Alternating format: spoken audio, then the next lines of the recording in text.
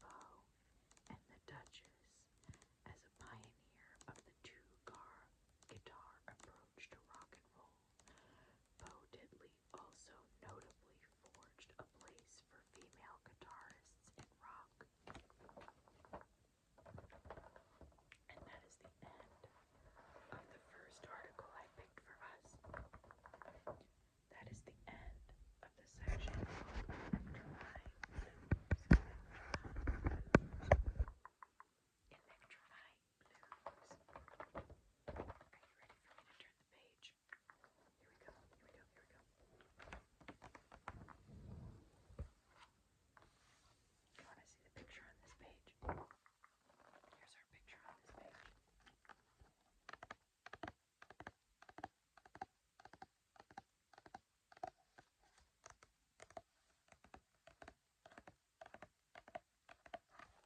Now,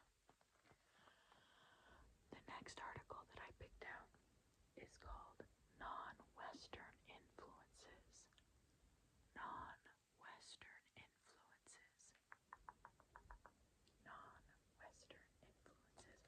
Oh, I think I forgot to say who this book is by. Let me check real quick. This book is by Jason Kerr Dobney and Craig J. Inserati. Inserati, maybe. I'm really not sure how you say that, but I think it might be Inserati. But yeah, that's who this book is by. Okay. And we're on page 114 right now. This article I'm about to read you is on page 114. Non-Western influences. In early rock, sounds borrowed from non-Western musical traditions often appeared in novelty songs, usually drawing on racial stereotypes. One endearing example is Stranded in the Jungle, written and recorded in 1956 by the Jayhawks, a black doo-wop group. The song features drums and maracas to represent African tribal music, and the lyrics reference cannibalism. It has been covered by numerous rock bands, including the New York Dolls in 1974, Frank Zappa in 1976, and the Voodoo Glow Skulls in 1998, who contributed a sped-up punk rock version using instruments to invoke racial stereotypes as a long tradition in American music. In the 19th century, minstrel troupes, white musicians in blackface, would play the banjo in a mocking emulation of ritual African American musical instruments that conjured negative or buffoonish stereotypes of Asians, Africans, Latin Americans, and Native Americans, and Arabs. Can be found in popular music from vaudeville to Tin Pan Alley, Broadway, and rock. Greater exposure to interest in other cultures, including their musical styles, followed World War II, when the United States assumed a larger role in global politics. Musicians across Western genres were captivated by the unfamiliar scales and rhythms that were introduced by musicians from other parts of the world. The most influential was Ravi Shankar, an Indian sitar player and composer, violinist Yehudi Menuhin. Oh, I know I didn't say that right. Met Shankar on a trip to India in 1952, which led to the organization of a concert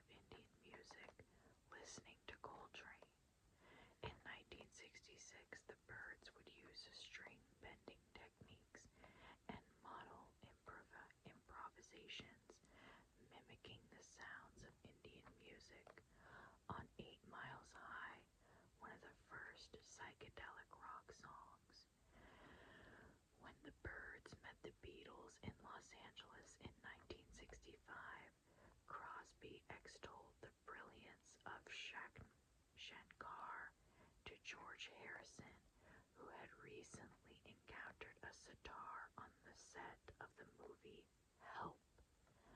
Soon afterward, Harrison bought an inexpensive sitar, which he used to record Norwegian Wood with the Beatles 2 months later. While the song was not the first to use sitar, the Beatles' popularity brought the sound to a massive audience. Harrison, in turn, introduced the sitar to Brian Jones of the Rolling Stones. He would always come round to my house. In the sitar period, Harrison recalled, we talked about Paint It Black, and he picked up my sitar and tried to play it. And the next thing, he did that track. Paint It Black was the first rock song featuring a sitar to reach #1 on the charts. Both Norwegian Wood and Paint It Black are essentially Western in form and tonally. They primarily use the sitar to provide additional tone color, exploiting its buzzy sound and capacity to allow a player to bend its notes. The popularity of the sound led musician Vincent Bell to create an electric sitar with additional drone strings and a bridge that creates a buzzy sound. Manufactured by Danelectrico, beginning in 1967, it had been used by many rock guitarists, including Steve Miller of the Steve Miller Band, in his regular performances of Steve McCartney's song Wild Mountain Honey. Many musicians would have been attracted not only to the sound of Indian music, but also to the spiritual philosophies associated with it. The Hare Krishna movement even used countercultural events such as music festivals as recruitment vehicles. George Harrison, Carlos Santana, and John McLaughlin are among the musicians who developed high-profile relationships with Indian gurus, and used Indian instruments not only for their tone color, but also to suggest deeper meaning. Examples include Harrison's I Love You Too, Within You, Without You, and his post-Beatles My Sweet Lord. In addition to the sitar he used on Paint It Black, Brian Jones experimented with the timbres of many non-Western instruments for Aftermath in 1966, a seminal album in the Stones' career, and the first on which Jagger and Richards wrote all of the tracks.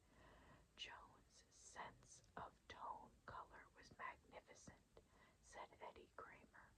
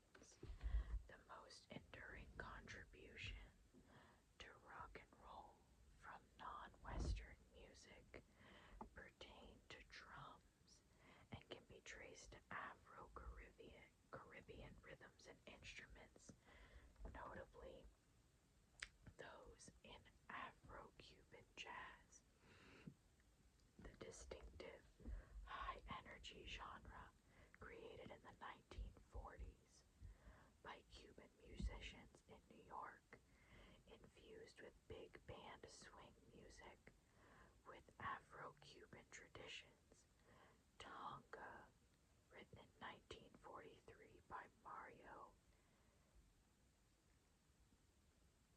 Bauza,